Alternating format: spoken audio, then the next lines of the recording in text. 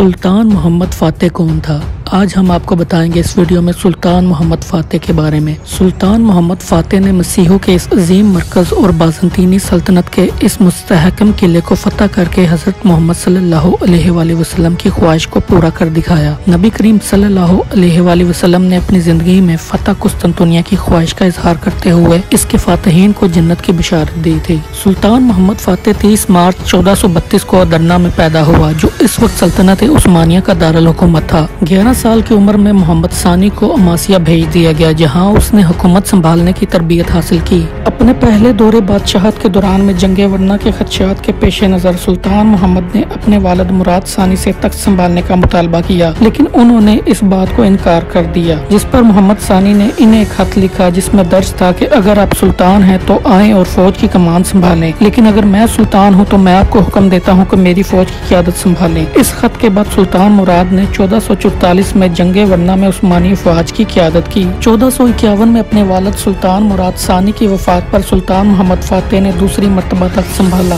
और 2 साल बाद ही मुहसरा कुस्तुनतुनिया में कामयाबी हासिल करके बाज़ंतीनी सल्तनत का हमेशा के लिए खात्मा कर दिया। बाज़ंतीनी सल्तनत की तारीख में कुस्तुनतुनिया के कम से कम 24 मुहासरे हुए। इन मुहासरों में 2 मरतबा कुस्तुनतुनिया बैरूनी अफवाज के हाथों फतह हुआ। एक मरतबा 1204 में चौथी सलीबी जंग के दौरान यूरोप के मसीहों ने इसकी ईंट से ईंट बजाई और दूसरी मरतबा 1453 में सुल्तान मोहम्मद फ़ातेह की ज़ेर क़यादत उस्मानी अफवाज ने इसे फतह किया। कदीम बाज़ंतीनी सल्तनत के तमाम एशियाई ममालिक पर उस्मानी काबज़ हो गए थे, लिहाजा यूरोप में भी सिर्फ कुस्तुनतुनिया और इसके मज़ाफ़ात इसमें शामिल होना बाकी थे। सल्तनत उस्मानिया कुस्तुनतुनिया की फतह के बगैर अधूरी थी।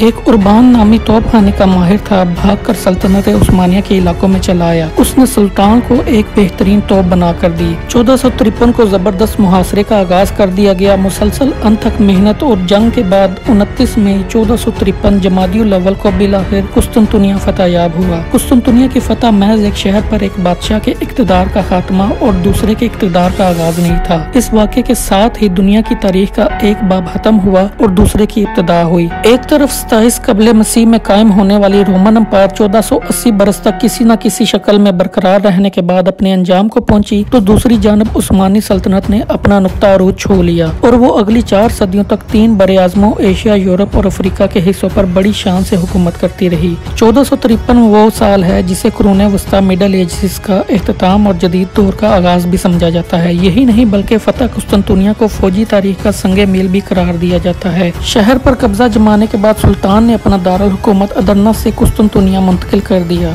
और खुद अपने लिए कैसरे रोम का लक़ब मुंतखब किया। आने वाले अशरों में इस शहर ने वो उरूज देखा जिसने एक बार फिर माजी की अजमत की यादें ताज़ा कर दी। सुल्तान ने अपनी सल्तनत में हुक्मनामा भेजा, जो कोई चाहे वो आ जाए, इस शहर में घर और बाग मिलेंगे। सिर्फ यही नहीं, इसने यूरोप में भी लोगों की कुस्तुनतुनिया आने की दावत दी ताकि शहर फिर से आबाद हो जाए। इसके अलावा इसने शहर के तबाहशुदा बुनियादी ढांचों की दोबारा से तामीर करवाई, पुरानी नहरों की मरम्मत की और नक्काशी का निज़ाम कायम किया। सुल्तान फ़ातेह ने हया सूफिया को चर्च से मस्जिद बना दिया, लेकिन उन्होंने शहर के दूसरे बड़े गिरजाघर कलीसियाए हवारियान को यूनानी ऑर्थोडॉक्स फिरके के पास ही रहने दिया और ये फिरका एक इदारे की सूरत में आज भी कायम और दायम है। सुल्तान फ़ातेह के बेटे सलीम के दौर में उस्मानी सल्तनत ने खिलाफत का दर्जा इख्तियार कर लिया और कुस्तुनतुनिया इसका दारुल खिलाफा और तमाम सुन्नी मुसलमानों का मरकजी शहर करार पाया गया। नाज़रीनों कराम, अगर आपको हमारी ये मेहनत और कोशिश पसंद आई हो तो हमारे चैनल को सब्सक्राइब करें। मिलते हैं अगली वीडियो में, तब तक के लिए अल्लाह हाफिज़।